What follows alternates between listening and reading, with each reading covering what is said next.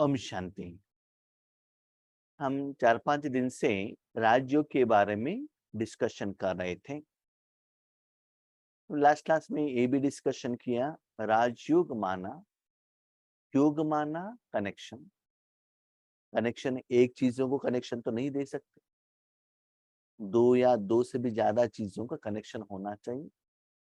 वहां कुछ योग रहना चाहिए, होना चाहिए, वहां कुछ प्रॉपर रीजन होना चाहिए, तभी तो योग चलेगा। जैसे कि पानी है, चाय बनाना है तभी तो उसमें दूध ऐड करते हैं और आग के ऊपर रखते हैं, चाय के पत्ता डालते हैं, राइट। तो ऐसे ही योग के लिए कुछ इंटेंशन रहता है। कभी कभी कोई योग करते नहीं है। फॉर एग्जाम्पल समझ लीजिए, अपने आप भूकंप हो जाता है और बारिश आ जाता है, तो उसमें भी कुछ रीजन रहता है कि पंचतत्व द्वारा विनाश हो या दुनिया में बारिश पानी आए, बरसात आए, उसमें भी कोई इंटेंशन जरूर रहता है। सूर्य का रोशनी आता है। इसी ही यहाँ जो योग चल रहा है आत्मा के लिए, यहाँ आत्मा एक एनर्जी है, एक पार्ट है, एक शक्ति है, एक साधन। दूसरा है परमात्मा। दो साधन, ठीक है। यहाँ ये दो साधन मिलाने से यहाँ परमात्मा को कोई लाभ नहीं है, प्रॉफिट नहीं है, बेनिफिट नहीं है। जरूरत है आत्मा को, आत्मा को जरूरत है। चाय बर्तन को नहीं चाहिए, दूध को नहीं चाहिए, चाय मुझे चाहिए, इसीलिए मैं उसको मिला रहा हूं। तो मुझे भगवान का जरूरत चाहिए, क्योंकि भगवान को शांति सुख आनंद प्यार का जरूरत नहीं है, भगवान को धन का जरूरत नहीं है, भगवान को नाम पहचान का जरूरत नहीं है, लेकिन वो आपके लिए है। तो आपको जरूरत है तो आप भगवान को याद करना। पेशेंट को डॉक्टर का जरूरत है, भले डॉक्टर धन लेता है वो बात अलग है, उनका फीस लेता है, लेकिन पुराने जमाने में फ्री सर्विस करते थे या नॉमिनल फीस करते थे। आज तो वो बिजनेस हो गए, वो बात अलग है। लेकिन मुझे जरूरत है तो मुझे हॉस्पिटल में जाना पड़ता है ना। तो राजयोग आत्मा और परमात्मा का योग, और दो चीज जो योग होता है तो दो चीज एक ही लेवल में रहना चाहिए।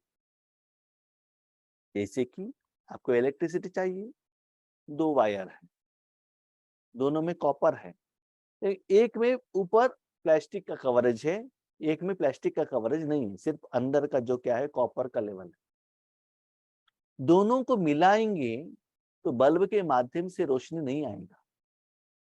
क्यों नहीं आएगा? इसके ऊपर क्या है? प्लास्टिक का कवरेज है, उसको निकालना पड़ेगा। तो एक है आत्मा लेवल निराकार, दूसरा है आत्मा सहित शरीर। आत्मा सहित शरीर, तो ये कनेक्शन होना चाहिए। इसका ऊपर का जो शरीर का भान है वो मन से निकाल कर जोड़ेंगे, तभी एनर्जी क्या होगा? फ्लो होगा। ठीक है। हमने सेकंड क्लास में डिस्कशन किया आत्मा, आत्मा का क्वालिटीज। आत्मा अविनाशी है, अजर है, अमर है, ठीक है, ओके। आत्मा में जो क्वालिटी है सब कुछ परमात्मा में है, क्योंकि वो भी एक आत्मा है, वो भी निराकार है, सब कुछ है। इसके साथ परमात्मा में और भी एक्स्ट्रा क्वालिटीज, थोड़ा क्वालिटीज आत्मा और परमात्मा में कॉमन, थोड़ा क्वालिटीज आत्मा और परमात्मा में डिफरेंस भी है। क्या डिफरेंस है? एक, परमात्मा शरीर का आधार नहीं लेता है, आत्मा लेता है। आत्मा इस दुनिया में आने के बाद विकार के प्रभाव में आता है। परमात्मा इधर आता है, दुनिया में आता है और किसी का शरीर भी लेता है, पाठ भी करता है, लेकिन उसका असर उनके ऊपर नहीं पड़ता है। आत्मा शरीर लेती है, वो शरीर के द्वारा इस दुनिया को भोगती है, भोग कर्मों का फल। परमात्मा आता है, पाठ निभाता है, किसी का शरीर लेता है, लेकिन वो भोगता नहीं है, अभोगता। राइट। भगवान, उसका घर परम धाम है। परम माना दूर और श्रेष्ठ। जहां परमात्मा रहते उसको कहते हैं परम धाम। परमात्मा रहने के कारण उसको कहते हैं परम, श्रेष्ठ, दूर में रहने वाला परम धाम। वहां शांति रहने के कारण उसको कहा शांति धाम। वहां वाणी नहीं है, बात नहीं करते हैं, ना मुख से, ना मन से, ना मोबाइल से, ना व्हाट्सएप से, ना गूगल से। इसीलिए कहा निर्वाण धाम, वाणी नहीं है, कोई बात नहीं करते। हाँ, परम धाम। हाँ, सूक्ष्म वतन में बात चलता है, मन की बात चलता है, मन द्वारा बात करते हैं, मुख से नहीं। ठीक है, उसको सूक्ष्म वतन कहते हैं, मतलब सूक्ष्म शरीर द्वारा। लेकिन वहां वाणी भी नहीं चलता, उसको कहते हैं निर्वाण धाम। नेक्स्ट उसको कहते हैं मुक्ति धाम। मान वहां जब आत्मा अपना पार्ट कंप्लीट करके वहां जाकर पहुंचती है, वो पार्ट से, अपने संस्कार से, अपने जिम्मे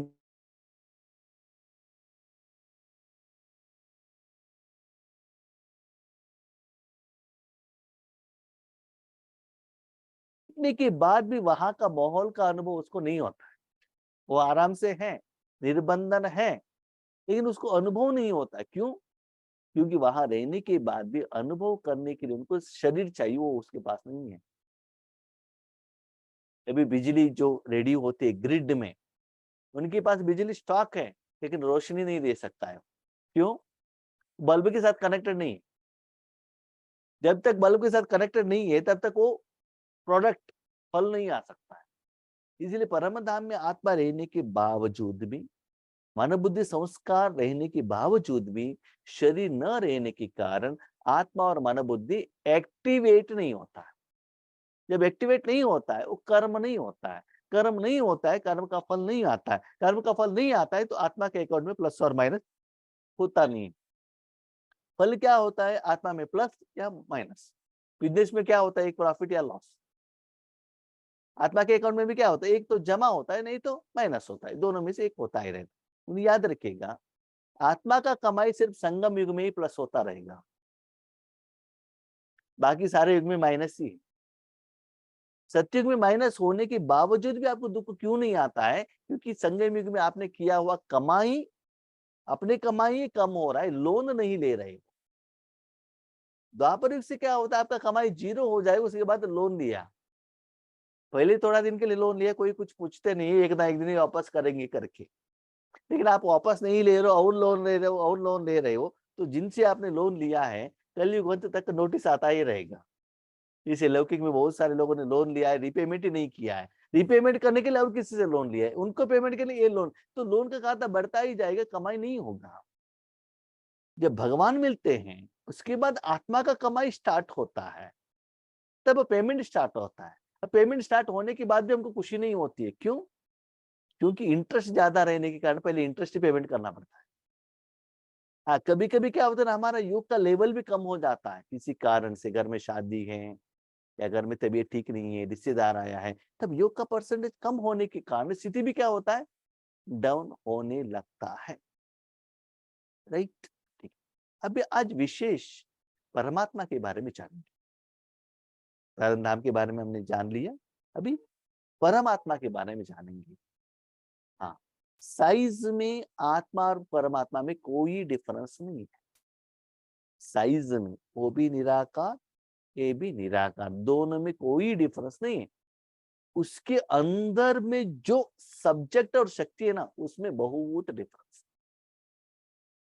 जैसे कि देख लीजिए, एक व्यक्ति, सभी लोग एक ही जैसे दिखता है, आपको दिखते हैं, एक ही जैसे दिखते हैं। एक आत्मा और एक शरीर, शरीर में थोड़ा डिफरेंस, कोई 50 केजी का होगा, कोई 60 केजी का, थोड़ा सा डिफरेंस। लेकिन उनका जो कमाई है ना, व्यक्ति तो एक ही जैसे दिखता है, किसी के पास करोड़ है, किसी के पास 100 रुपए है ना, उसमें डिफरेंस है ना। उसमें जो जायदाद है, माना स्थूल के बारे में मैं कह रहा हूं, तो वैसे ही भगवान के अंदर जो शक्तियां हैं, वो सागर के रूप में है। हम सभी पानी के एक एक ड्रॉप है। वो सागर रहने के बाद भी सागर का सारा पानी प्योर है। हम एक ड्रॉप रहने के बाद भी जो भी गंदगी है, वो सब मिक्स हो गया है, प्यूरिटी ही नहीं रहा है। अंदर में है प्यूरिटी, लेकिन प्यूरिटी का एहसास कब होगा? ये सभी गंदगी निकल जाएगा, वो अभी प्यूरिफिकेशन चल रहा है। तो हर एक आत्मा में कुछ ना कुछ स्पेशल विशेषता जरूर रहेगा। आपने दुनिया में देखा होगा, एक लॉयर बनता है, लॉयर में भी बहुत सारे लोग हैं, सभी लोगों एक ही जैसा लेवल नहीं। कोई फिल्म एक्टर बनता है, उसमें भी विलन अलग है, सपोर्टिव एक्टर अलग है, हीरो अलग है। हाँ, आज हीरो ये साल में, नेक्स्ट साल में वो जीरो बन जाएगा। राइट? तो हर एक में एक एक क्या है? विशेषता है।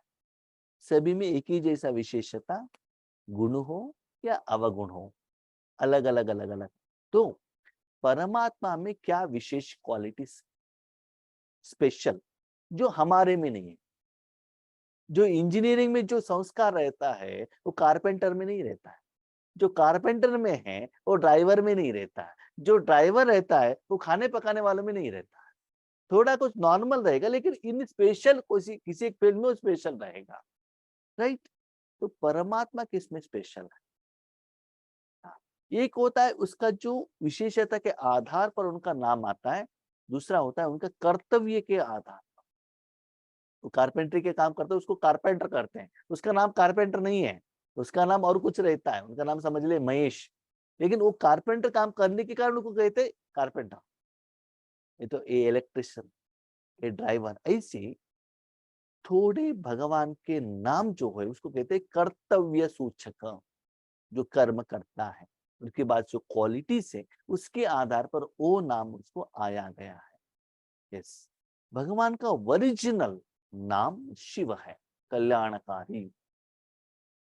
एक्चुअली नाम तो शरीर को दिया जाता है, कोई आत्मा को नाम नहीं देता है। जो भी नाम होता है शरीर के लिए, लेकिन भगवान को शरीर नहीं है, लेकिन जस्ट फॉर आइडेंटिफिकेशन उसके लिए क्या कहते हैं? शिव कल्याणकारी, मना सदा विश्व के कल्याण, लोगों का कल्याण, अपने बच्चों का कल्याण सोचने वाला और करने वाला, कल्याण के लिए जो चाहिए वो देने वाला, सदा मंगलकारी, सदा कल्याणकारी।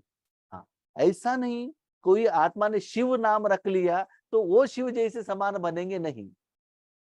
नाम रखने से आप शिव नहीं बनेंगे। अब लौकिक में भी दुनिया में बहुत सारे लोगों ने राम करके नाम रखा है, रावण करके भी राम रखा है। ऐसे भी हो सकता है जिन्होंने रावण करके नाम रखा है उनको बहुत अच्छा क्वालिटी भी हो सकता है लौकिक में। जिन्होंने राम करके नाम रखा है वो चोर भी हो सकता है। नाम से और उनके कर्तव्य से कोई संबंध नहीं है। लेकिन यहाँ जो नाम बाबा भगवान का शिव है, हम प्यार से उनको बाबा कहते हैं, पिता कहते हैं, अपने बने भाव के आधार पर, तो उनका ओरिजिनल नाम शिव है। उसके बाद बहुत सारे भक्ति मार्ग में तो उनको बहुत नामों से पुकारा गया है, ठीक है, ओके। नेक्स्ट होता है उसको कहते हैं दुख हरता सुख करता। माना जब आत्मा परमात्मा के संबंध में आएगी आएगी तो उसका दुख चला जाएगा, सुख आने लगेगा। दुख हरता, दुख दूर करने वाला, सुख दाता, दुख हरता, सुख करता, सुख देने वाला। वो कैसे? सिंपल। देखिए कितना सुंदर बात है। हम आपको क्लास कर रहे थे, अंदर से टक से एक एग्जाम्पल बाबा ने दे दिया। That is the beauty, clarity के लिए। उससे क्या होता है, जो ज्ञान हमको स्पष्ट आता है। अभी देखिए एक बर्तन है, बर्तन को स्टोव के ऊपर रखा है तो गर्म होगा ना। तो बर्तन गर्म है, वो बर्तन कोई एम्प्टी हाथ से टच करेगा क्या? नहीं है ना, खुद गर्म होगा। और किसको भी, कोई भी वो बर्तन को टच करेगा उसका हाथ जल जाएगा, कपड़ा भी जल जाएगा। तो कोई खाली हाथ से वो टच करने के लिए नहीं जाते हैं। तो वो आग क्या है? दैट इज विकार, काम क्रोध लोभ मोह अहंकार, राइट, ओके। उसी बर्तन को आपने उठाया और फ्रिज के अंदर डाल दिया तो क्या होता है? पहले तो गर्मी पड़ने वो चला जाता है, उसको कहते हैं दुख हरता। दुख हरता माना जो गर्मीपन था वो जा रहा है। तो जाने के बाद एक लेवल होने के बाद ठंडा होता है, माना जो फ्रिज का विशेषता उसमें आता है, उसको कहते हैं सुख करता। जैसे गर्मीपन से आप अंदर आ गए, आपको पसीना निकल रहा है, आपने आइसक्रीम खाया, हाँ अभी ठंडा हो गया, दुख हरता, वरना पसीना जा रहा है और जो आप चाहते हो वो आपको मिल रहा है। लेकिन ये कब होता है? दुख हरता सुख करता आप हो कहने से नहीं होता, वर्णन करने से नहीं होता है, ठीक है, लिखने से नहीं होता है। जब आत्मा परमात्मा के साथ योग लगाएगा तभी तो होता है ना।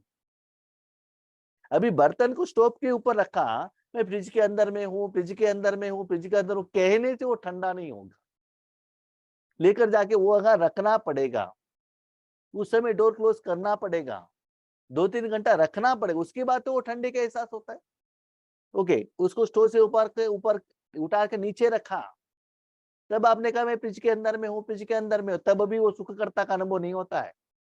एक्चुअली रखना पड़ेगा इसको लेकर जाके वहां, और याद रखिएगा, लेकर जाके रखना है बर्तन को, स्टोव के साथ नहीं। स्टोव भी लेके आप फ्रिज के अंदर रख दिया तो फ्रिज भी गर्म हो जाएगा, वो भी जल जाएगा। ठीक है, हम भी राजयोग में ये सारे विकार को, विकारी शरीरधारियों को, वायु सबको लेकर जाके वहां रहेंगे तो वहां का वायुमंडल भी क्या होगा, खराब हो जाएगा। ये सभी हम गलती कर रहे हैं। तो दुख हरता सुख करता, माना जब आप अपने मन को परमात्मा में रखेंगे, आत्मा और परमात्मा में कनेक्शन हो जाएगा, तब क्या होगा, वो अनुभव होगा। दूसरी बात बाबा कहते हैं, बच्चे देखो, जब आप हॉस्पिटल के अंदर में जा रहे थे, आपको घुटने का दर्द चल रहा था, पेट में दर्द था, जीभ में इतना बुखार था, खाना खाने को नहीं होता था, टेस्ट नहीं था, इतना दुख था। हॉस्पिटल में गए, डॉक्टर ने ट्रीटमेंट स्टार्ट किया। आप कहते थे, डॉक्टर जी पहले मुझे दर्द से बाहर निकाल। 5 दिन में क्या हो गया, थोड़ा दर्द कम हो गया, तो बोले आप रोटी और सब्जी खाने लगी। मन दुख हरता सुख करता। लेकिन ट्रीटमेंट लेंगे तभी तो होता है, ट्रीटमेंट नहीं लेंगे तो नहीं होता है। इसीलिए भक्ति मार्ग में क्या हो गया, हम सब ये गायन करने लगे, लेकिन उसका जो विधि और अनुभव वहां नहीं हुआ। लेकिन आज वो राजयोग करने से वो क्या है, प्रैक्टिकली आपको पता चलता है क्या होता है, माना राजयोग के अनुभव में। तो एक दिन आपने उस दिन जो विकर्म किया था, कितना वो दुख क्लियर हो रहा है और कितना सुख आ रहा है। और एक एग्जाम्पल बाबा देते, एक व्यक्ति जन्म लिया, समझ लो वो अनाथ है, अनाथ है, उनके माँ बाप कौन है मालूम नहीं है। ठीक है, गांव में उसको छोड़ दिया, तो किसी ने एक उनको कपड़ा दिया, उन्होंने पहन लिया। कितना साल, 10 साल। कितना साल तक, 10 साल तक उन्होंने एक ही कपड़ा पहन के रखा है। उन्होंने उसको उठाया भी नहीं, नहाया भी नहीं, क्लीन भी नहीं किया।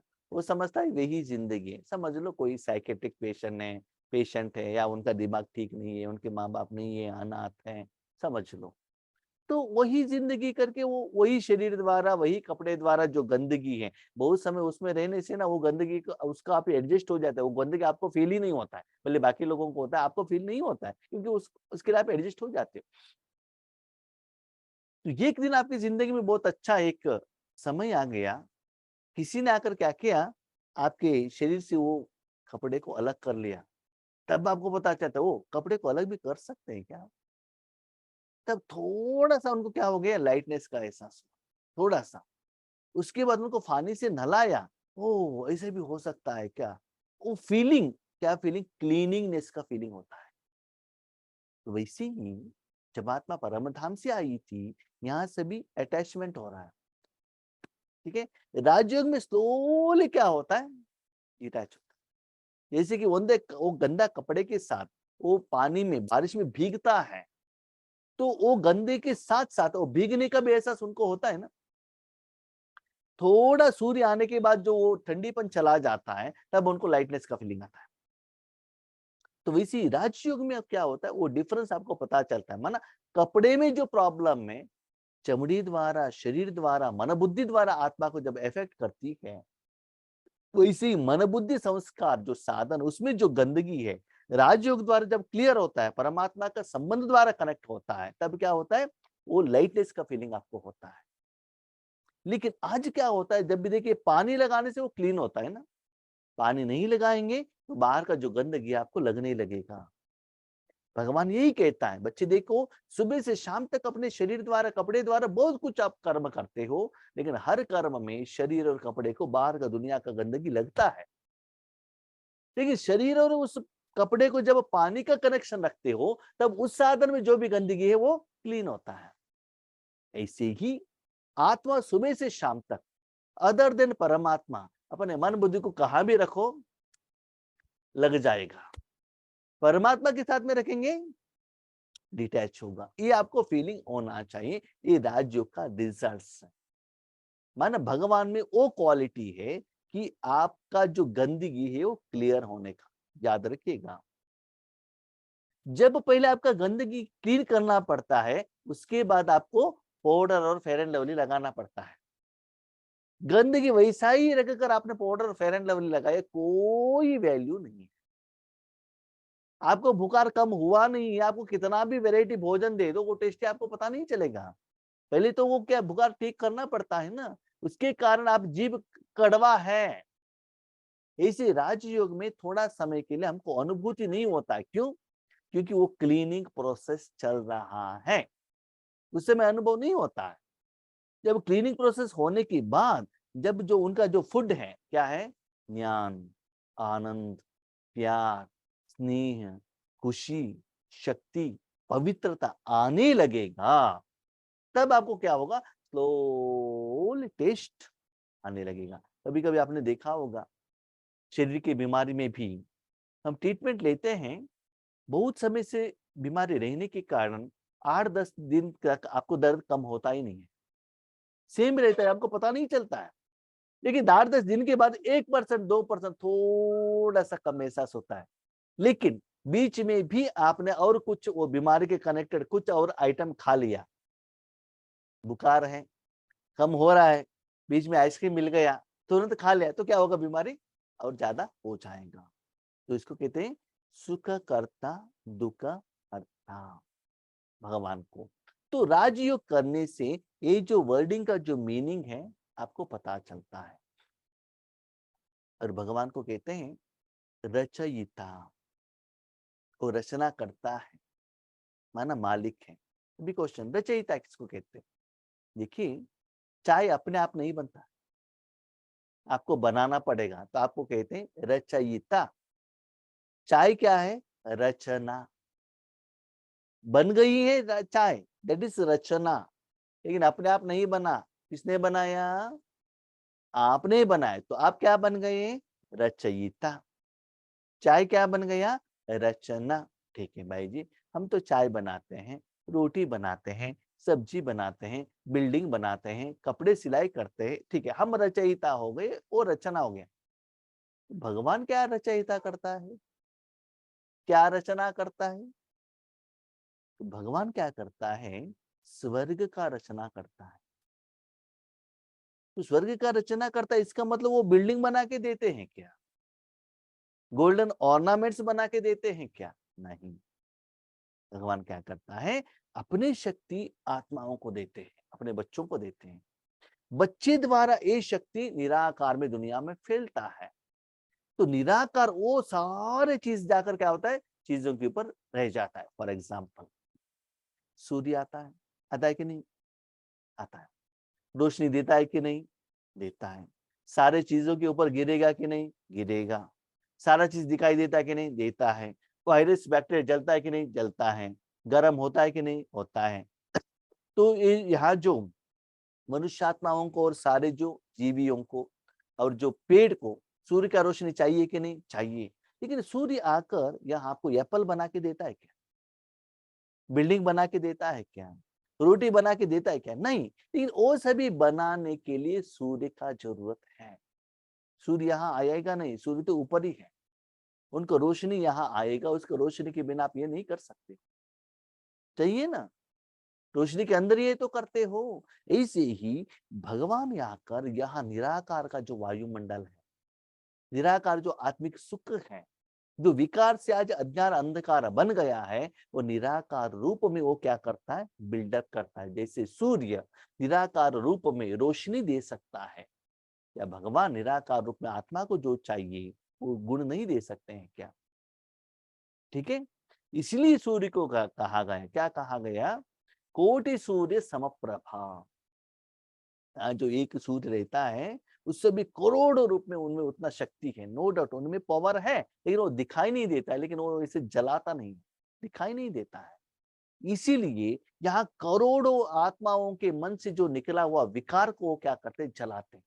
जो गंदगी है, वो वायरस बैक्टीरिया है, जो दुख है, जो टेंशन है, स्ट्रेस है, उसको वो क्या करते हैं, जलाते हैं। जैसे कि डॉक्टर के द्वारा मरीजों को ट्रीटमेंट मिलता है, ऐसे हमला हमारे द्वारा भगवान अपने शक्ति द्वारा क्या करते हैं, इस जो कलियुग दुख की दुनिया को स्वर्ग में निराकार में क्या करते हैं, परिवर्तन कर देते हैं। इसीलिए भगवान को कहा गया स्वर्ग का रचयिता। तो नरक का रचयिता कौन है? रावण। वो भी आपके द्वारा ही करता है, आत्मा ही द्वारा ही करता है, वो खुद नहीं करता। इसलिए बाबा कहते हैं बच्चे आपके पास दो है, एक है राम, दूसरा है रावण। एक है शिव बाबा, दूसरा बाबा पंचविकार। ये दोनों आप ले सकते हो, लेकिन एक क्वालिटी सभी में नहीं रहेगा, सिर्फ 33 करोड़ आत्माओं में ही रहेगा, उसमें भी अलग अलग अलग लेवल के हैं। ठीक है, इसलिए भगवान को कहते हैं रचयिता, हम रचना। अब ये भी कहते हैं भगवान को त्रिमूर्ति रचयिता, त्रिमूर्तियों को रचयिता। ब्रह्मा द्वारा स्थापना, विष्णु द्वारा पालना, शंकर द्वारा विनाश। ये कैसे है? देखिए कितना क्लियर है, मूर्ति, त्रिमूर्ति। तो मूर्ति का वर्डिंग मीनिंग क्या है, ये आप ठीक से समझ लीजिएगा। जब एक एक वर्डिंग का मीनिंग आपको समझ में आ जाएगा, क्लियर डेफिनेशन, डिक्शनरी मीनिंग, तो मुरली में जो बाबा का वर्डिंग आता है तब आपको समझ में आता है। वो वर्डिंग आता है, एग्जैक्ट मीनिंग क्या पता चलता है। भगवान कहाँ भी वो मूर्ति का वर्ड यूज करे, मैं भगवान का बात कर रहा हूँ और किसी का नहीं, क्योंकि बाकी मनुष्य आत्मा कभी कभी उनके मुंह में जो भी है वो वर्ड यूज करते हैं, लेकिन वो अप्रोप्रिएट रहता है कि नहीं रहता, कुछ गारंटी नहीं है। लेकिन भगवान का महावाक्य ऐसा नहीं होता है, उनका जो वर्डिंग वहां रखना 100% एक्यूरेट एंड परफेक्ट रहता है। अभी जानेंगे मूर्ति किसको कहते हैं। समझ लो, एक पत्थर का मूर्ति, ज्यादातर मूर्ति पत्थर का बनती है। ठीक है, सीमेंट से बनाया हुआ नहीं, लकड़ी से नहीं, प्लास्टर ऑफ पेरिस से नहीं, फोटो नहीं, पत्थर से बनाया। तभी जानेंगे मूर्ति कहाँ रहता है।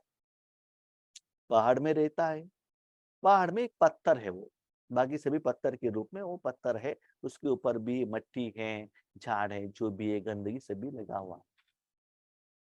उस पत्थर को वहां से उठाकर लोग लेकर आते हैं, लोग लेकर और एक जगह पर लेकर जाते हैं, जहां भी, जहाँ टेम्पल बन रहा हो, या जो मूर्ति बनाने वाला हो जहां भी, या कभी कभी बनाने वाला भी वो पहाड़ की तरफ जाएगा और वहां बनाएगा, लेकिन खुद मूर्ति पत्थर नहीं कहेगा कि मुझे मूर्ति बनना है।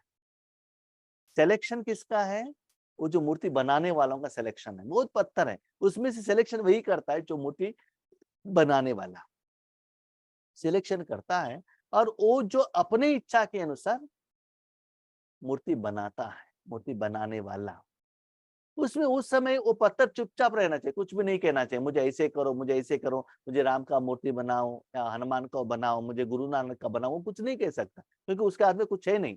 चुपचाप वो जो दे रहा है, खुद मूर्ति को मालूम नहीं रहता है कि मुझे क्या बन रहा है, थोड़ा होने के बाद आपको पता चलता है।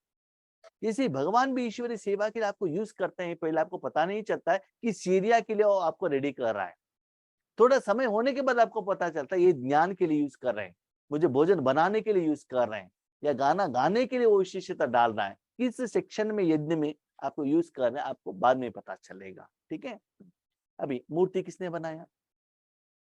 बनाने वाला ने, राइट। हाँ, उसको लेकर आके टेम्पल में उसका स्थापना की। ओके, खुद तो मूर्ति आई नहीं, किसी ने लाके आके खड़ा कर दिया। ठीक है, उसको देखने के लिए लोग आते हैं, नहीं तो वहां ब्राह्मण आते हैं, पूजा करते हैं। मूर्ति खुद का पूजा तो नहीं करता है, मूर्ति का हर रोज जो ब्राह्मण है वो क्लीन करता है, कपड़ा पहनाता है, पूजा करता है, मूर्ति को जो कुछ भी जरूरत है वो ब्राह्मण करता है, खुद मूर्ति नहीं करती। मूर्ति ये नहीं कहती मुझे आज यही किरीट पहनाओ, यही फूल चढ़ाओ, नहीं कहती है, ब्राह्मण करता है। ठीक है, तो मूर्ति क्या है? Only instrument. तो ब्राह्मण भी क्या समझ कर करता है? भगवान समझ कर करता है उस मूर्ति को, पत्थर समझ कर नहीं करता है। तो भगवान का क्वालिटी उसमें आ गया। ओके, वहां आकर भगत रोते हैं, अपने समस्या को कहते हैं, उनका इच्छा खुश कंप्लीट होगा, खुश होते हैं। अभी क्वेश्चन, उन भक्तों का जो दुख दूर करने का एलिजिबिलिटी मूर्ति में है क्या? नहीं, वो क्या है? ओरिजिनली पत्थर है। तो मूर्ति द्वारा फल देने वाला कौन? भगवान। मूर्ति क्या है? Only instrument. तो स्टार्टिंग से एंड तक देखो, व्हाट इज मूर्ति? Only instrument. मूर्ति कुछ भी नहीं करता है, कोई भी कर्म में। भक्तों का इच्छा पूर्ण हुआ, मूर्ति इज ओनली इंस्ट्रूमेंट, मूर्ति रिस्पॉन्सिबल नहीं है। मूर्ति सुंदर बने, उसके लिए मूर्ति का एफर्ट नहीं है, मूर्ति बनाने वालों का है।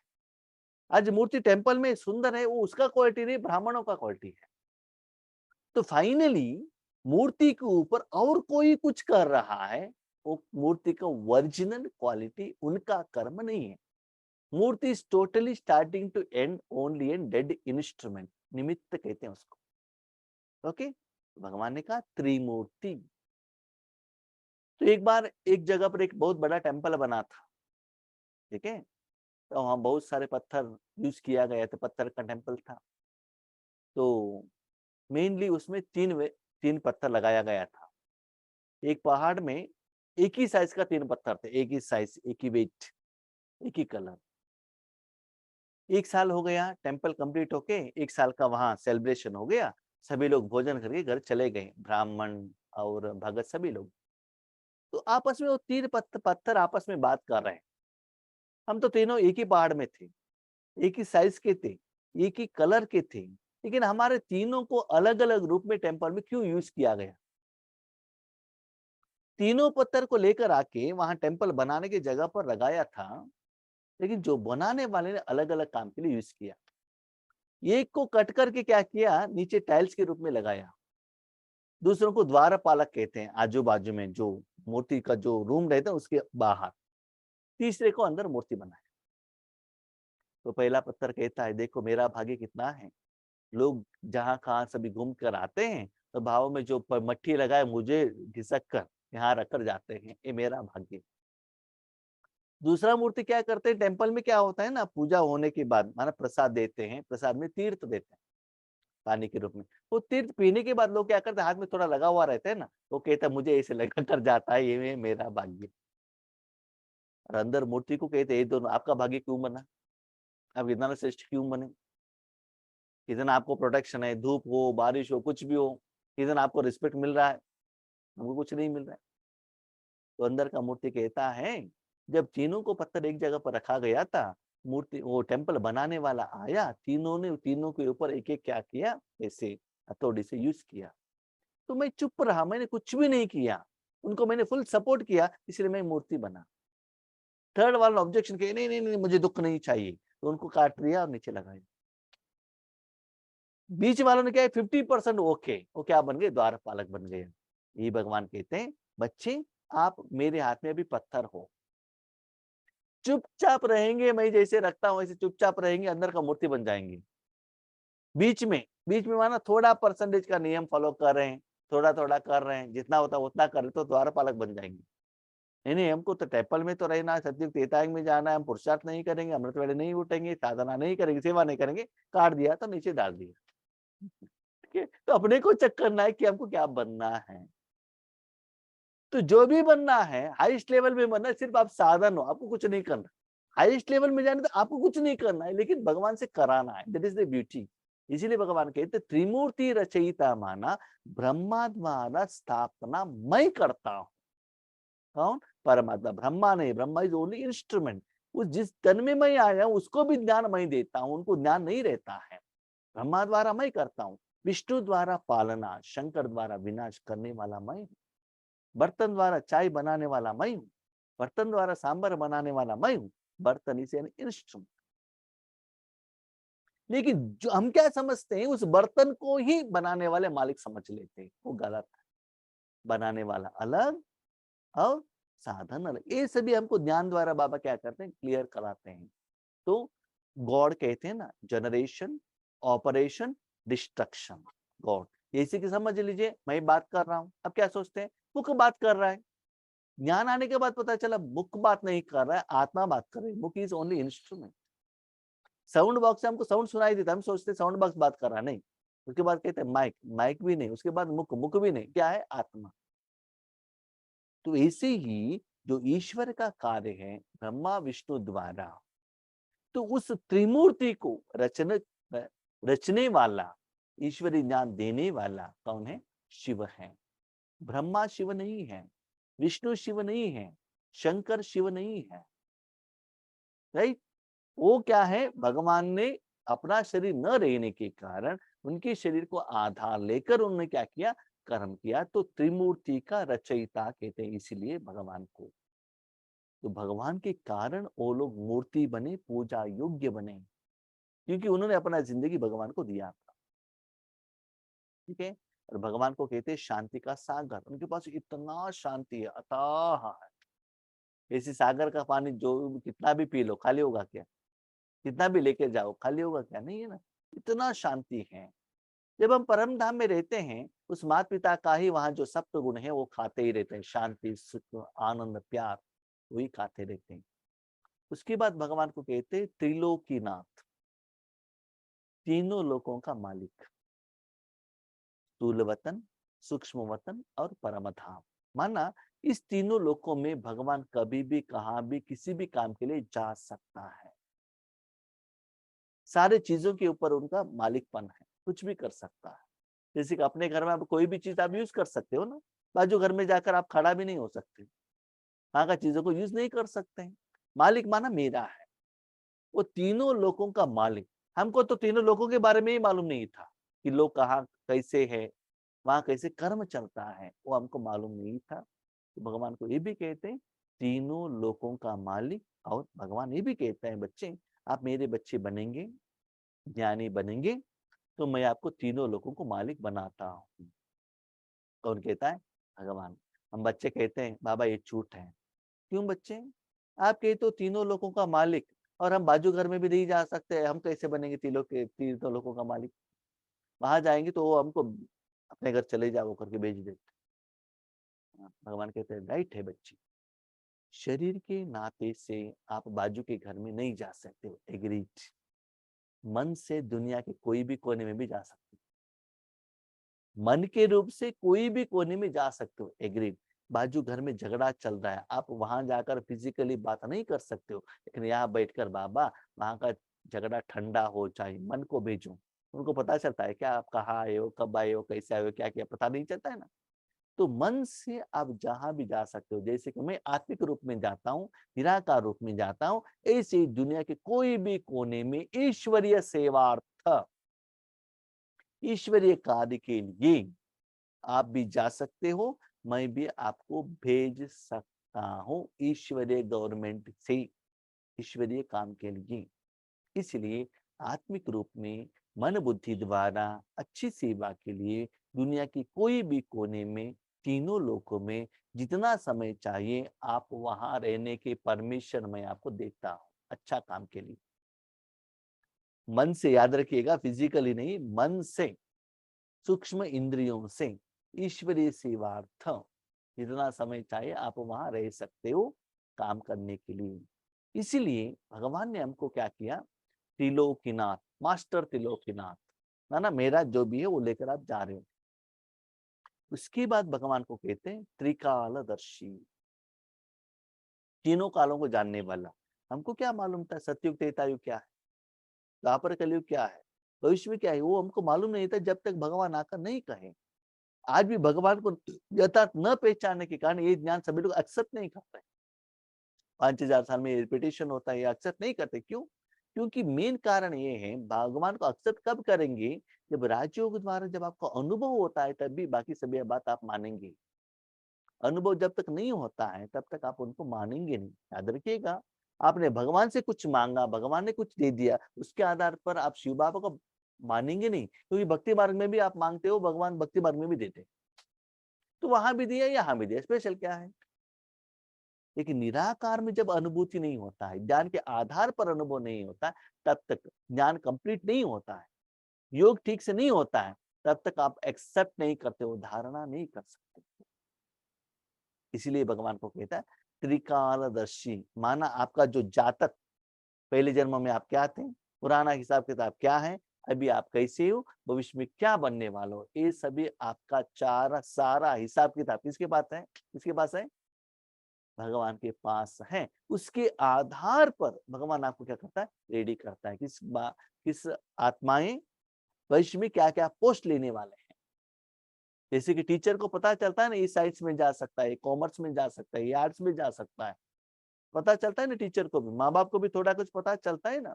ऐसे ही किस आत्मा द्वारा मैं क्या सेवा करा सकता हूँ, ये भगवान जानता है। इसलिए भगवान को कहते हैं त्रिकालदर्शी। भगवान कहते हैं बच्चे मैं आपको अभी का लेवल का मैं नहीं देखता हूँ। जैसे माँ क्या कहती है, मेरा बेटा बड़ा होगा, यूएस में जाएगा, करोड़ों कमाएगा, तो भविष्य का देखती है ना। तो वैसे ही मैं भविष्य को देखकर, त्रिकालों को देखकर मैं आपसे बात करता हूँ।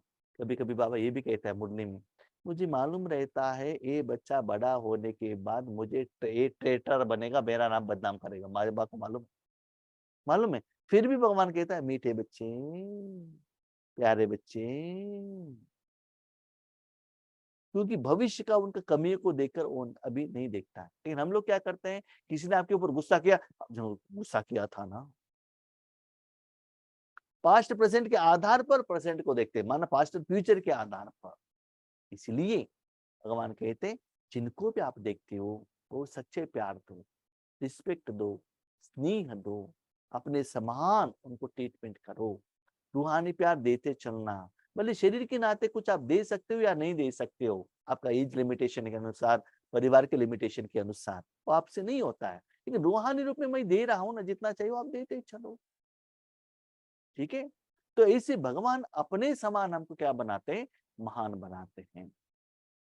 ये सभी भगवान में क्वालिटीज हैं, तो वो भगवान के साथ संपर्क में आएंगे, उनको ही वो क्वालिटी आएगा ना।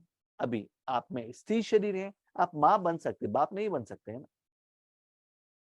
आप बहन बन सकती हैं, सास बन सकती है, लेकिन ससुर नहीं बन सकते हैं, क्योंकि आत्मा के साथ शरीर का कनेक्टेड है, वो स्त्री शरीर है।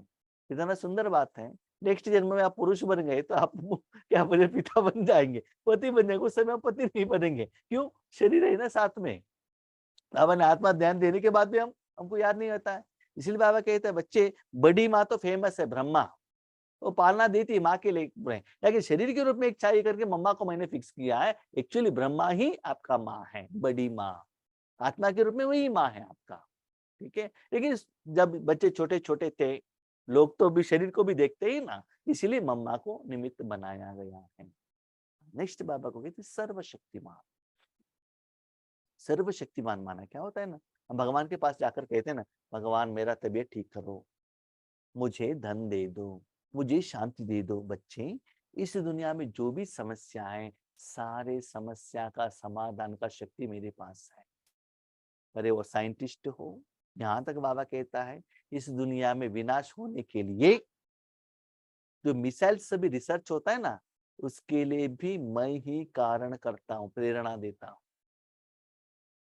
उन आत्माओं, क्योंकि विनाश तो होना चाहिए। ऐसा नहीं कि उनके मन में विनाश करना है, वो नहीं है, तो वो भी तो चाहिए ना। अभी आपका घर गिराना है तो बुलडोजर तो चाहिए ना, नया बिल्डिंग बनाने के लिए वो साधन तो चाहिए ना, कोई रिसर्च करने वाला तो चाहिए ना। तो अब देख लीजिएगा, भले एजुकेटेड हो, अनएजुकेटेड हो, कोई धर्म वाले हो, कोई भी हो, उनसे काम नहीं होता। किसी भी रूप में, रामा, कृष्णा, नारायण, गोविंदा, जीसस, महावीर, बिंदु, निराकार, कुछ भी रूप में क्या करते हैं, भगवान को पूछते हैं, मांगते हैं, उनके बाद जाकर रोते हैं। तो बहुत सारे लोगों को अनुभव, यस, भगवान को कहने के बाद एक हद तक, ऐसा नहीं सब कुछ होता है, ऐसा नहीं है, करके दे देता है। माना इस दुनिया का कोई भी समस्या हो, तन का कनेक्टेड हो, मन का कनेक्टेड हो, धन का हो, देश का हो, विदेश का हो, जो भी है, सारे समस्या का समाधान मेरे पास है। जैसे कि आप जानते हैं ना, शरीर को कोई बीमारी आ गया तो उनको मेडिसिन देना पड़ता है, by tablet, by injections, by tonic, किसी भी रूप में। वैसे ही सूक्ष्म या स्थूल, जड़ या चैतन्य, आत्माओं का या पंचतत्व, कोई भी समस्या का समाधान मेरे पास है। लेकिन वो देने के लिए साधन चाहिए, इंजेक्शन देने के लिए वो ये तो चाहिए ना, क्या है उसको क्या कहते हैं, वो इंस्ट्रूमेंट तो चाहिए। मेडिसिन अंदर जाना चाहिए तो जीव के द्वारा अंदर भेजना पड़ता है ना। तो वैसे ही मैं अपने बच्चों द्वारा अपने भक्तों को, पंच तत्वों को, सभी लोगों को शक्ति पास करता हूं। इसलिए बाबा बार बार कहते हैं बच्चे मास्टर सर्वशक्तिवान बनो। क्यों, अपने बेटे के लिए दे रहे हो तो सिर्फ एक ही शक्ति जाएगा ना, क्योंकि एक ही काफी है। बहू के लिए जाएंगे तो दो जाएगा, सारे विश्व के लिए चाहिए तो सारा शक्ति जाएगा। सिर्फ नर्स नर्स बनना ही है, सिर्फ ऑप्थेल्मोलॉजी, सिर्फ आंखों का मत बनो, सारा नर्स, कैंसर पेशेंट का भी नर्स बनो, और जो ऑर्थोपेडिक डॉक्टर था वो भी नर्स बनो, सभी दे दो। ऐसे ही सारे दुनिया का जो विश्व का जो समस्या है, वो सारे समस्या का समाधान मेरे पास है। लेकिन मैं डायरेक्टली नहीं देता हूं, थ्रू बच्चे। डॉक्टर डायरेक्टली जाकर ट्रीटमेंट नहीं देता है, थ्रू नर्स। ऐसे ही जब भगवान की शक्ति आपके द्वारा सारे विश्व को आप दिमाग में रखकर, उसको सामने रखकर, इमर्ज कर कर ऐसे संकल्प करके आप राजयोग करते हैं, तो भगवान आपके द्वारा सर्व शक्तियां फ्लो करते हैं।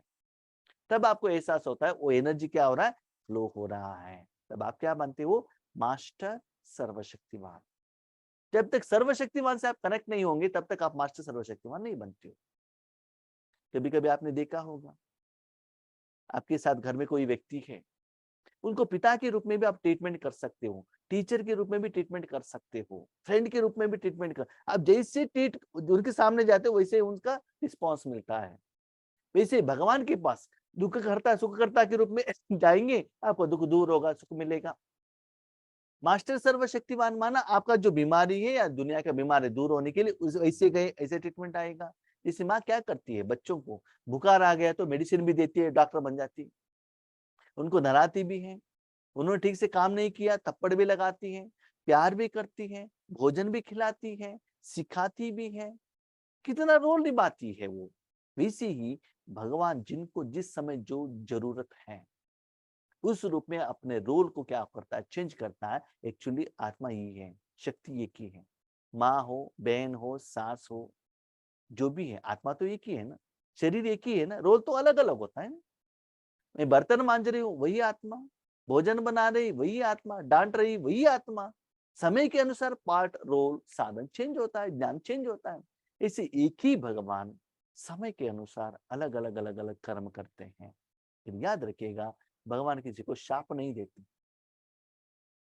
किसी के ऊपर गुस्सा नहीं करते हैं, भगवान के लोभ नहीं है। ऐसा भी नहीं मरे हुए को मैं जिंदा करता हूं, नहीं। दुनिया में एक एक पत्ता मेरे संकल्प के आधार पर मेरे कंट्रोल पे है भी नहीं। मैं सिर्फ ज्ञान देता हूँ, स्टूडेंट्स को कहता हूँ ऐसा ऐसा है, लेकिन स्टूडेंट्स का जिंदगी उसके बाद उनका अपना है। तो भगवान का क्या जिम्मेदारी है, क्या कर्तव्य है, क्या नहीं है, हमको यहाँ भगवान का अपना पार्ट कह रहा है, कह रहे हैं। डॉक्टर इंजीनियर का काम नहीं कर सकता, इंजीनियर डॉक्टर का काम नहीं कर सकता। स्पेशली बेसिकली भगवान कहता है मैं आत्मा का पिता हूँ, आत्मा के लिए देता हूँ, उस द्वारा ही मेरा शक्ति फ्लो होता है। इसलिए शरीर से भी ज्यादा आत्मा के लिए करो, क्योंकि समस्या कहाँ है, आत्मा में है। आत्मा ठीक होता जाएगा, तन मन धन सब कुछ अपने आप क्या हो जाएगा, ठीक हो जाएगा। तो ये सभी भगवान के कर्तव्य का अनुभव करना है तो उनके साथ संसार करना पड़ेगा ना। माँ का सुख, पत्नी का सुख, टीचर का सुख एक ही व्यक्ति से लेना है। उनके घर में जाओ, थोड़ा समय उनके रहो, उनके घर में रहने के बाद एक बार बुखार आता है तो वो पालना कैसी देते, टैबलेट कैसी देते, पता चलता है ना। तो ये राजयोग भी है, साथ में भगवान के साथ जिंदगी भी है। पहले हम उनके साथ राजयोग लगाते, उसके बाद भगवान हमारा एक part and parcel of the life बन जाता है, जिंदगी। ऐसी जिंदगी बनता है कि रात में स्वप्न में भले आपके साथ मोबाइल नहीं है, लेकिन भगवान आपके मन में रहेगा। बार बार बार बार आप उनको यूज करते ही रहते हैं। तब आप उसको राजयोग का डेफिनेशन नहीं देते, बाबा मेरा जिंदगी है, सर्व संबंध है, बाबा मेरा साथी है, सदा मेरे साथ में रहता है। तो ऐसे भगवान और आपका जो संबंध है दिन में ज्यादा समय आता रहेगा और निरंतर होता जाएगा। उस समय ना आप बाबा को, भगवान को याद करते हैं, ना योग लगाते हैं। क्यों? क्यों? क्योंकि वो सदा आपके साथ में है, वो एहसास आपको होता ही रहता है। तो भगवान यही चाहता है बच्चे, ये जो जन्म है बहुत वैल्यूएबल है। जितना आप मन से भगवान के साथ रहते हो उतना आपका भाग्य बनता है, क्योंकि बाकी कोई जन्म में आपको भगवान कौन है मालूम ही नहीं है।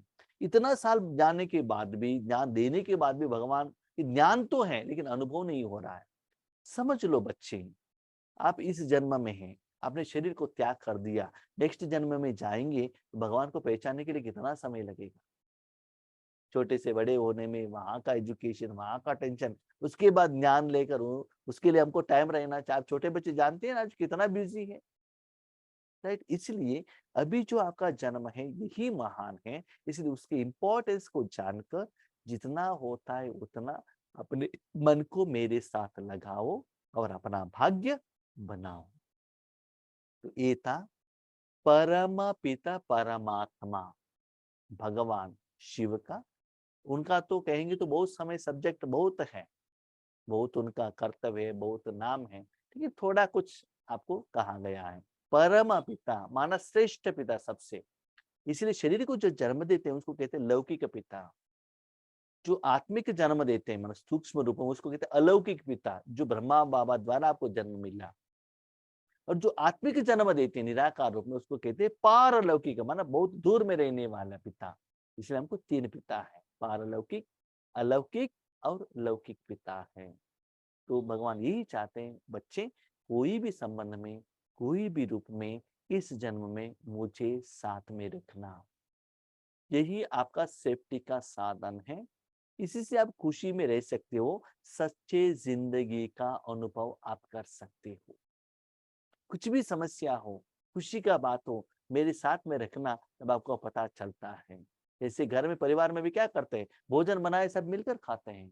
घर में कुछ समस्या है सभी लोग बांट कर डिस्ट्रीब्यूट करके क्या करते हैं, उसको समस्या का समाधान करते हैं, है ना। अभी आपकी बेटी का शादी है तो क्या करते हैं, आपका पति, आप, बेटा, सभी तीनों लोग मिलकर ड्यूटी को, जिम्मेदारी को बांट कर एक काम कंप्लीट करते हैं।